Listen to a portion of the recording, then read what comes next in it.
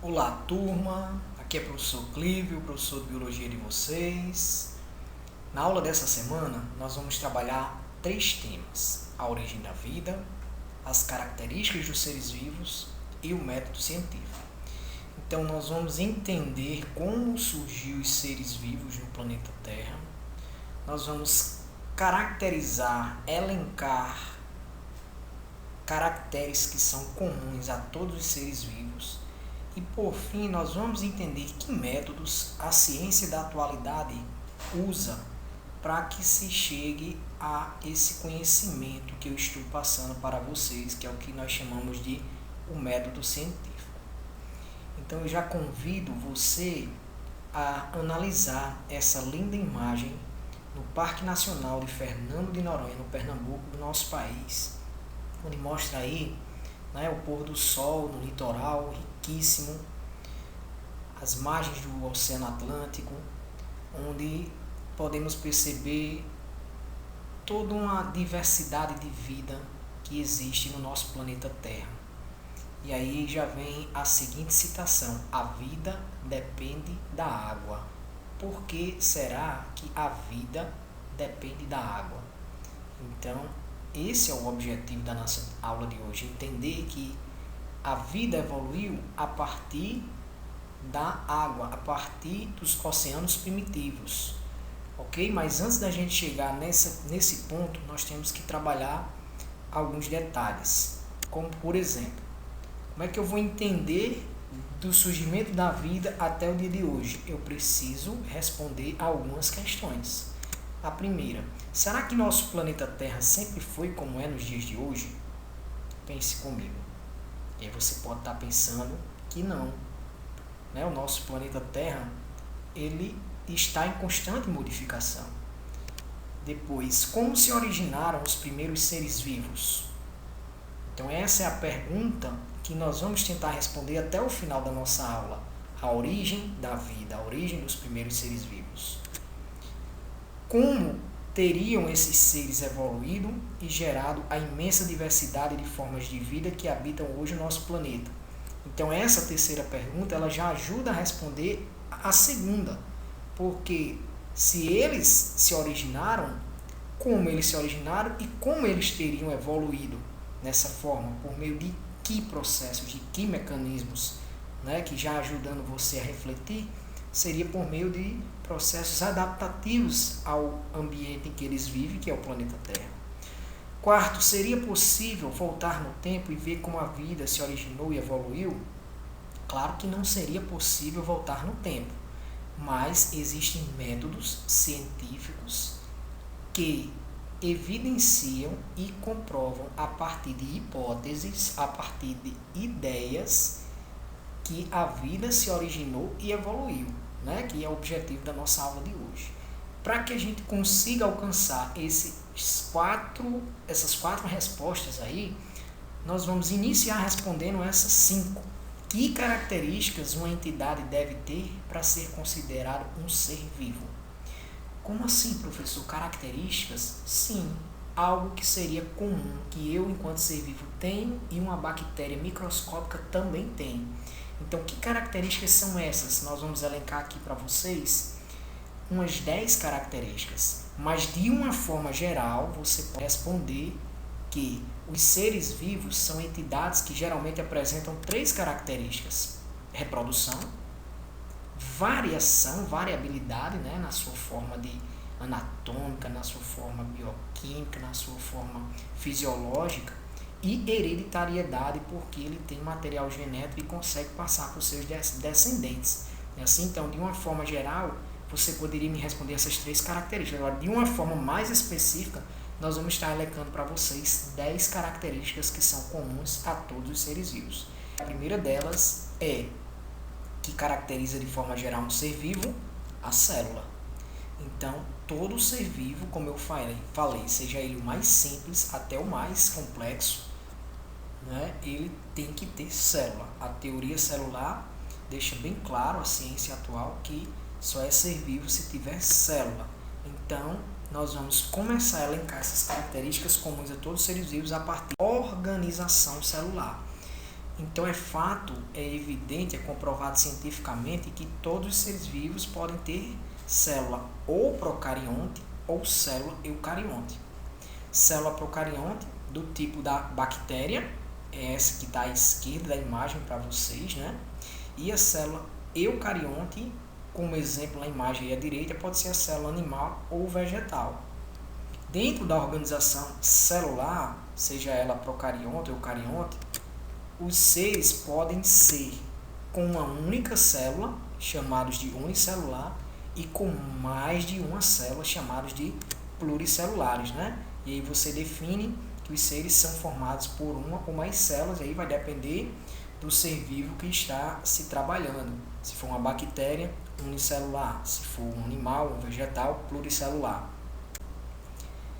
2. Reprodução. Então, a segunda característica comum a todos os seres vivos é a reprodução. Só existe 2 tipos de reprodução, né, que é a capacidade de originar descendentes. O primeiro tipo é assexuada. Então, o indivíduo ele vai gerar seus descendentes de forma assexuada ou agâmica. O nome já está dizendo. Não tem troca de gametas, de material genético nas células especiais de reprodução. O que acontece é apenas uma divisão celular. É o que acontece com amebas, que são protozoários, e com bactérias, que são procariontes, micro-organismos que nós não conseguimos visualizar a olho nu, mas que eles se reproduzem rapidamente de forma assexuada. Uma célula ela se divide e origina seus descendentes. Podem existir seres mais complexos, como as plantas, tipo da hidra, né, que podem também se reproduzir assexuadamente, mas daqui a pouquinho eu mostro detalhadamente esse exemplo. O outro tipo é a reprodução sexuada ou gâmica.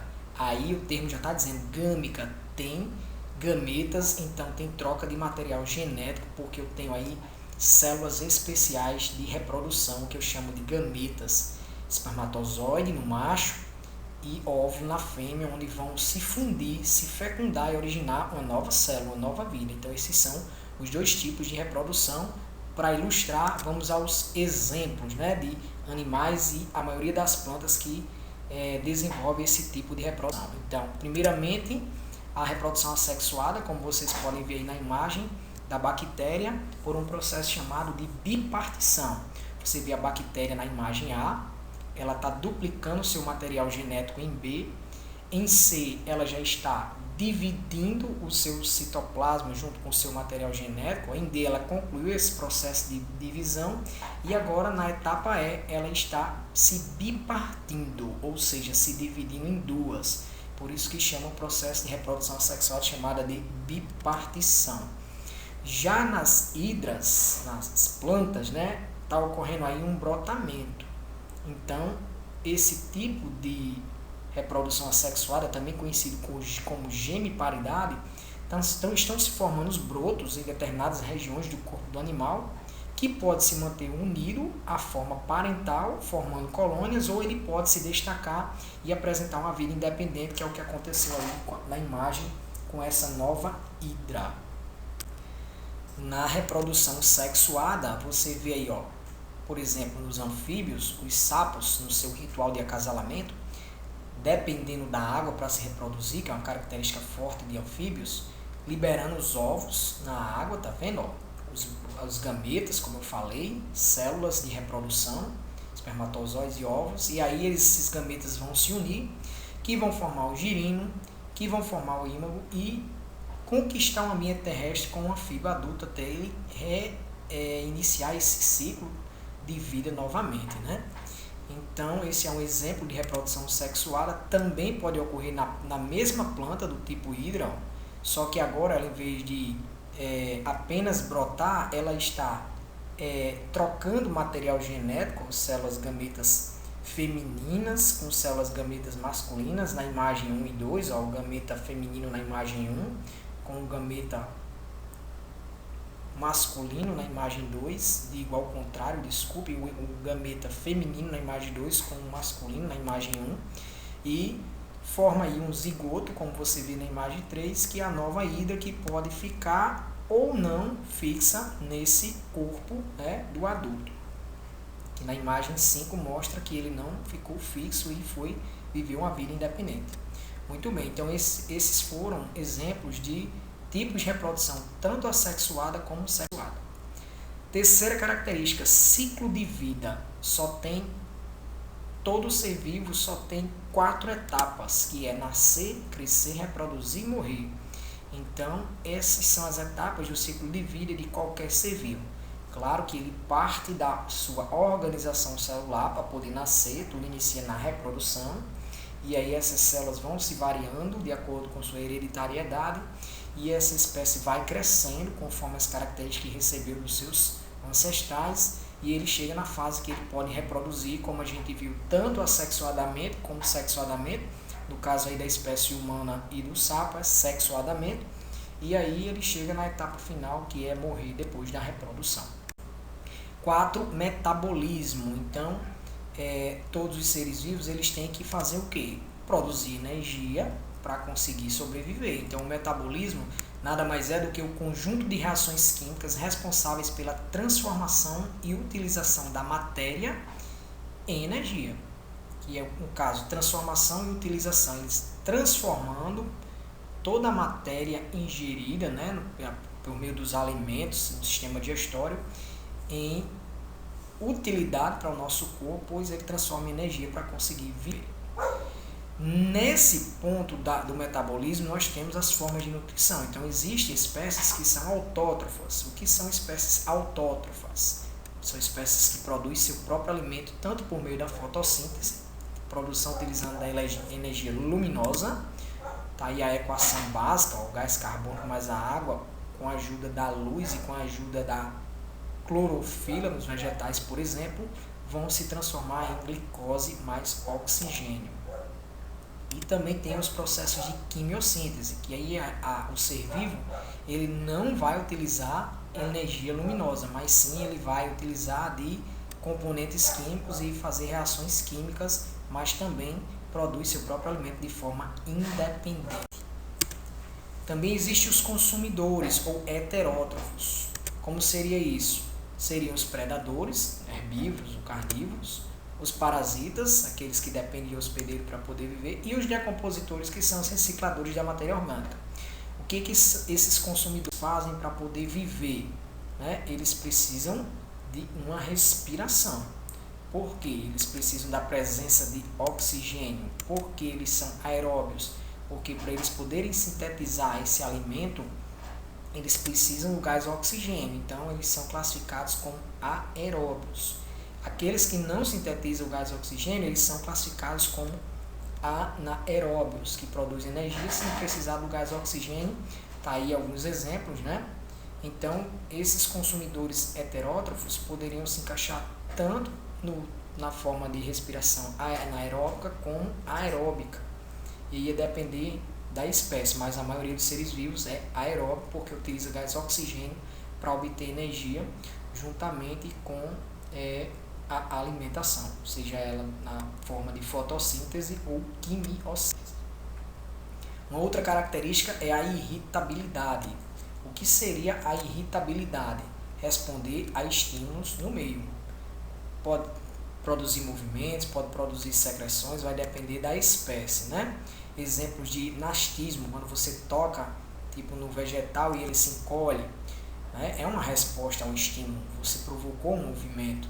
Fototropismo, ele procura a luz, né, do sol para obter sua energia, seu alimento. E captura quando ele se sente ameaçado por uma espécie e ele captura, né, por exemplo, a espécie desse inseto aí que estava tentando se alimentar desse vegetal.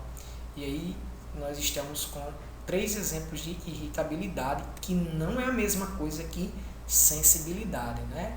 A irritabilidade funciona mais com espécies que não tem sistema nervoso. Já a sensibilidade ela trabalha com espécies que possuem sistema nervoso, que é o nosso caso. A sensibilidade, nós podemos possuir, perceber calor, nós podemos perceber dor, então aí já é sensibilidade. Evolução. Na evolução, nós podemos definir como um processo que pode levar milhares de anos. A partir daí surgirão novas espécies e outras desaparecem por vários fatores. Que fatores são esses? A mutação, né, dos fatores que condicionam a evolução, A mutação é a modificação e origem de uma ou mais características novas nos seres vivos. Mas mutação de quê? Mutação dos genes, né? Para uma espécie se modificar é preciso que a genética dela seja modificada lá nos seus gametas, e aí sim vai passar para os seus descendentes poderem se adaptar às seleções naturais do ambiente. Então esses fatores eles precisam trabalhar em conjunto. Composição química complexa. O que seria uma composição química complexa em um ser vivo? Então, os seres vivos, diferente da pedra bruta, eles são formados por um conjunto de compostos químicos formando moléculas que vão se associando, por exemplo, hidrogênio, oxigênio, carbono, nitrogênio, silício, alumínio, cálcio, né? Potássio, cloro, cobre, ferro, iodo, enfim, eles vão se associando e formando moléculas orgânicas, que são proteínas, carboidratos, lipídios, vitaminas e ácidos nucleicos, e também moléculas inorgânicas, que seriam água e sais minerais. A constituição, a composição complexa dos seres vivos seria maior quantidade de água, e aí na sequência nós teríamos em segundo lugar as proteínas, que formam a estrutura desses organismos vivos, e na sequência, em terceiro lugar, os carboidratos, depois é que vinham os lipídios, né, os sais, as vitaminas, ácido nucleico, mas o que estaria em maior quantidade é a água, seria a água. E por fim, a homeostase ou homeostasia, que é a propriedade do ser vivo manter relativamente constante o seu meio interno. Então, o que seria essa homeostase? É a espécie poder controlar a temperatura, a quantidade de água e a concentração de substâncias, como hormônios, sais, glicose, né, que estão no seu corpo. Tudo isso controlado por glândulas e que também são controladas por um sistema que coordena todas essas funções homeostáticas, que é o sistema nervoso.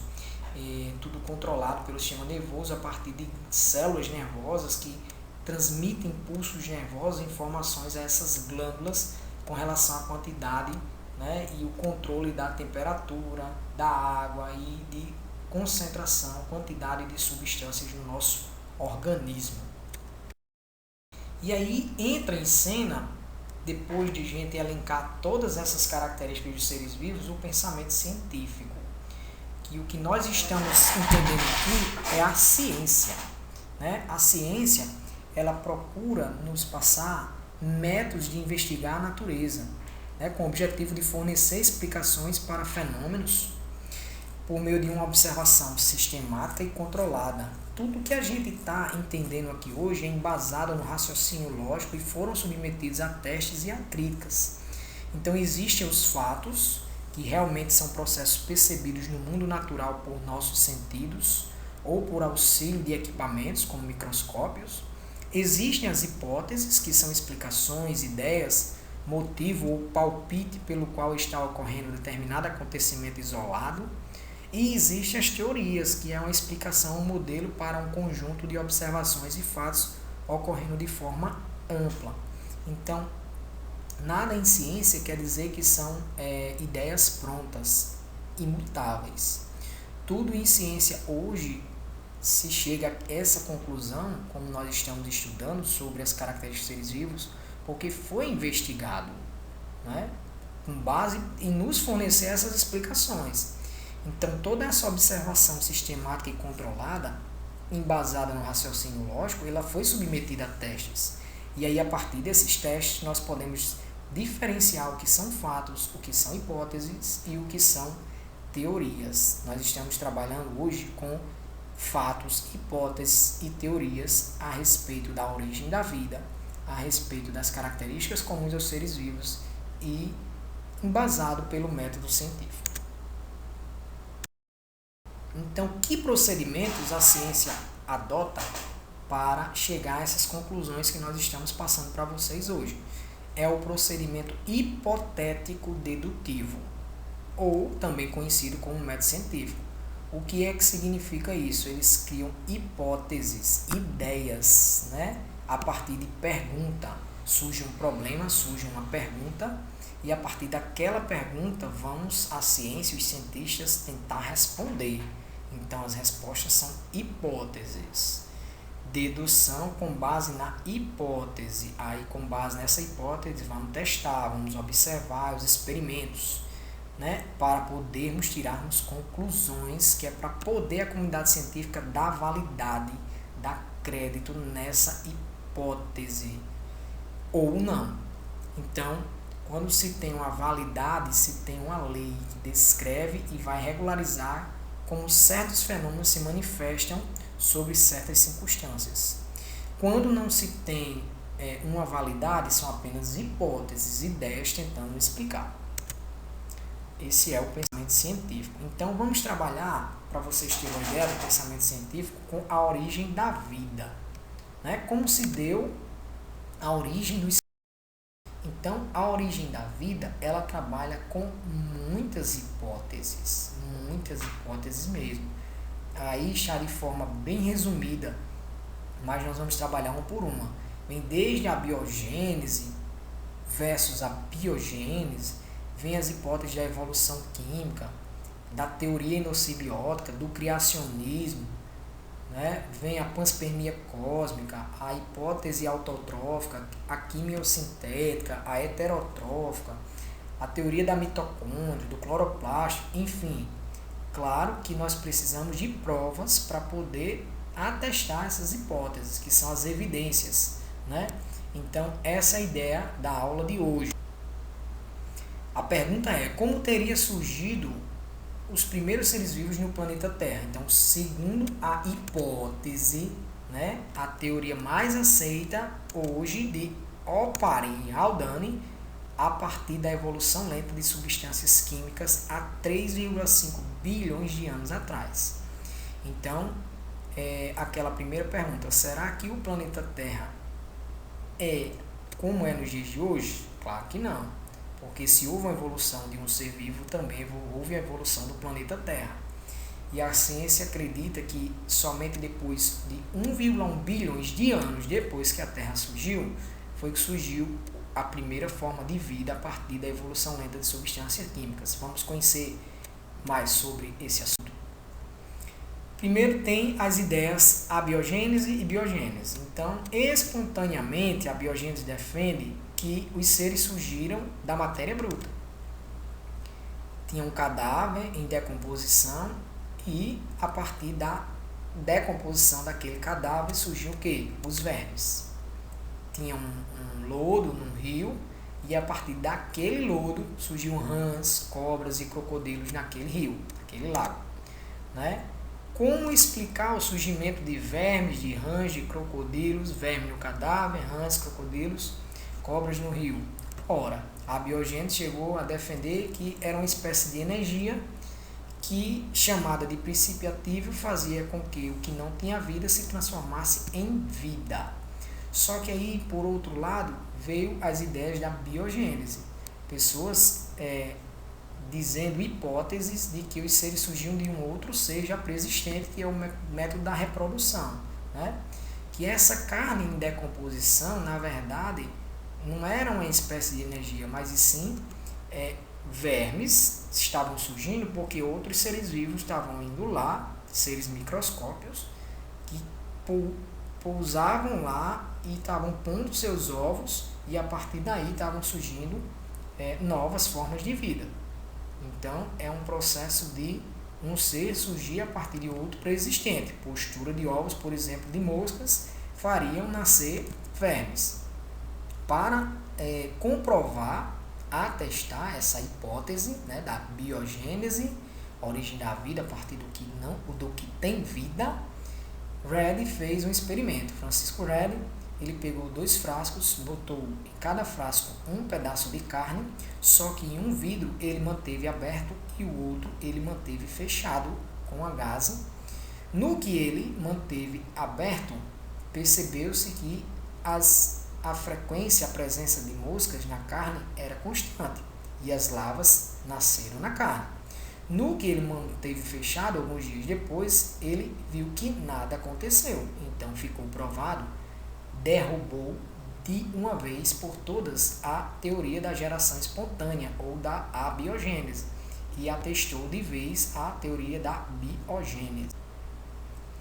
Mas ainda continuou os duelos, com experimentos de Niederhan e Spallanzani, onde com auxílio de microscópio eles podiam fazer novos experimentos com micro-organismos e dizendo que esses micro-organismos que estavam presentes lá no caldo nutritivo, eles surgiam de uma força vital, um vitalismo que tinha lá naquela energia.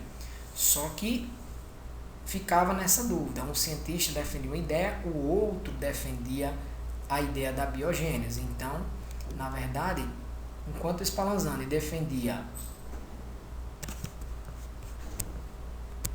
enquanto Niederhan defendia a abiogênese a partir da força vital, a história do princípio ativo, dos micro-organismos que estavam nos caldos fervidos, né? Os caldos nutritivos fervidos, Spallanzani defendia que os micro-organismos nada mais eram a evolução, ou seja, da reprodução de ovos que tinham no ar. Mas como ele não sabia explicar ainda que esses ovos seriam futuras bactérias, né? Os ovos no ar estariam aderidos às paredes dos vasos do caldo. Então seria mais uma ideia da biogênese. E aí enfraqueceu um pouco a biogênese, ganhando força a biogênese, porque não tinha como ver, né? Mas aí, como eu disse, com o auxílio dos microscópios, a biogênese novamente conseguiu destruir de uma vez por todas a abiogênese com os experimentos de Louis Pasteur. Então, Louis Pasteur pegou a mesma ideia dos caldos nutritivos, né, e foi ferver em seus frascos só com frascos com gargalo, né? E aí ele percebeu que o caldo nutritivo, onde ele foi fervido e esterilizado com o gargalo em forma de pescoço de cisne, nenhum micro-organismo apareceu, manteve-se livre de micro-organismos. E aonde ele quebrou o pescoço de cisne, né, o gargalo do frasco, onde foi quebrado, os micro-organismos apareceram no caldo. Então atestou de uma vez por todas que os seres surgiam de outros seres vivos e que ainda existiam seres que nós não conseguimos nem visualizar a olho nu, somente com a ajuda de micro. Então, hipóteses sobre a origem da vida na Terra tem muitas, como eu disse, né? Criação divina, panspermia, cósmica, evolução molecular, de Oparin-Haldane, é mais aceita na atualidade. Beleza. Agora, se os organismos surgem a partir de outros, isso aí eu já estou entendendo. Agora, como é que se originou o primeiro organismo para ele poder se multiplicar? Então, vamos lá. A hipótese de Oparin-Haldane deixa claro que os seres surgem de moléculas orgânicas em oceanos primitivos. Então, eu tinha lá um oceano primitivo, cheio de moléculas inorgânicas, o planeta Terra, né, com gás hidrogênio, vapor de água, né, amônia, gás metano, uma atmosfera toda primitiva, um planeta Terra totalmente diferente, como eu disse, do que é hoje, né, pouca água, vulcões, altas temperaturas, as lavas dos vulcões em erupção, né, chuvas, meteoros, raios, e eu tinha aí uma atmosfera primitiva com essas moléculas inorgânicas, moléculas simples, que a partir da evolução, a partir do tempo, foi passando, essas moléculas foram se organizando em moléculas mais complexas, que a gente chama de coacervatos ou coacervados, e a partir desses coacervados foram se formando essas moléculas, as moléculas orgânicas. Então a ideia seria inicial,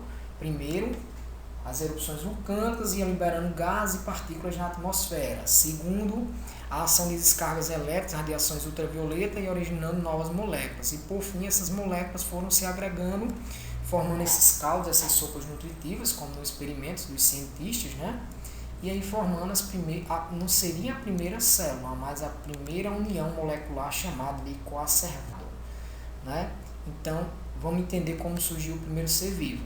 Supõe-se que um sistema organizado de coacervados, que seria isso, conjunto de moléculas orgânicas envoltas pela molécula da água, poderia ter dado origem a células primitivas, envoltas por lipídios e proteínas e contendo ácidos no seu interior.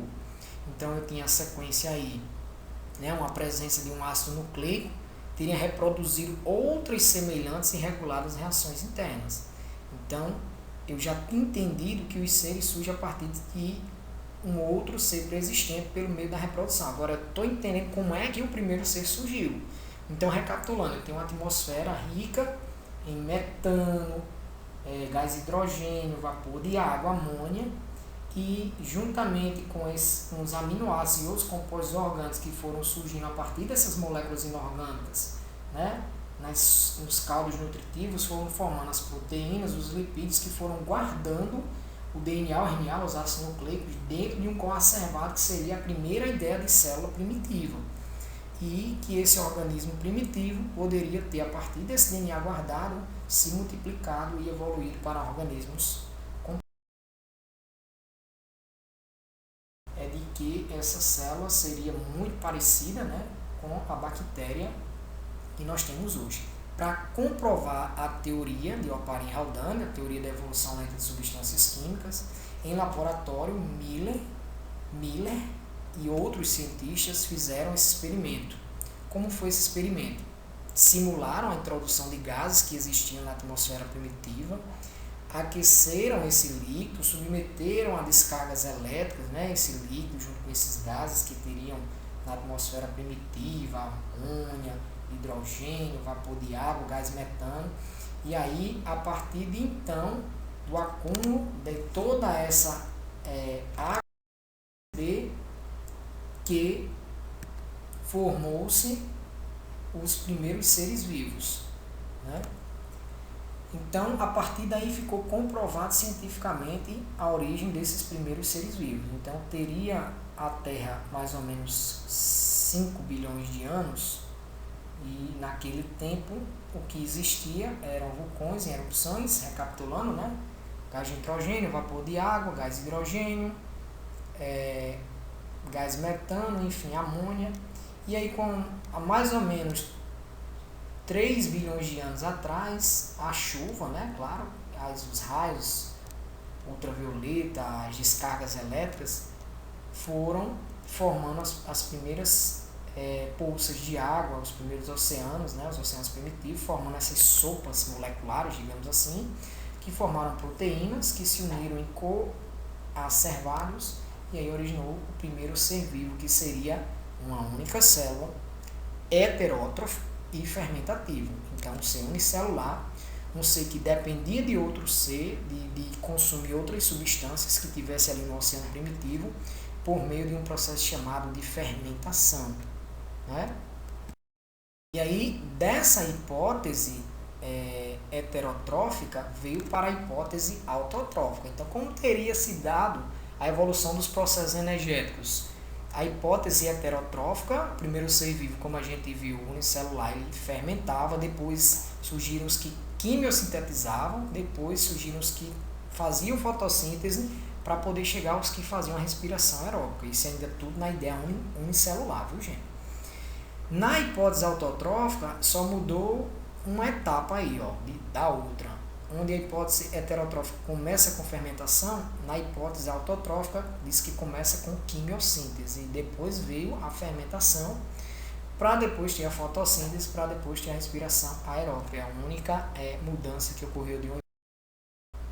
E o que chamamos de teoria do endossimbiose ou simbiogênese, que no caso as bactérias anaeróbicas, ou seja, que não precisam de oxigênio para obter energia, né, teriam englobado outros seres que já trabalhavam com essa ideia de obter oxigênio para conseguir obter energia, né? Então eu tinha aí os procariotas aeróbicos de vida livre, que iriam ser englobados por esses procariontes que seriam anaeróbicos. Só que esses de vida livre seriam procariontes que já realizavam uma respiração celular.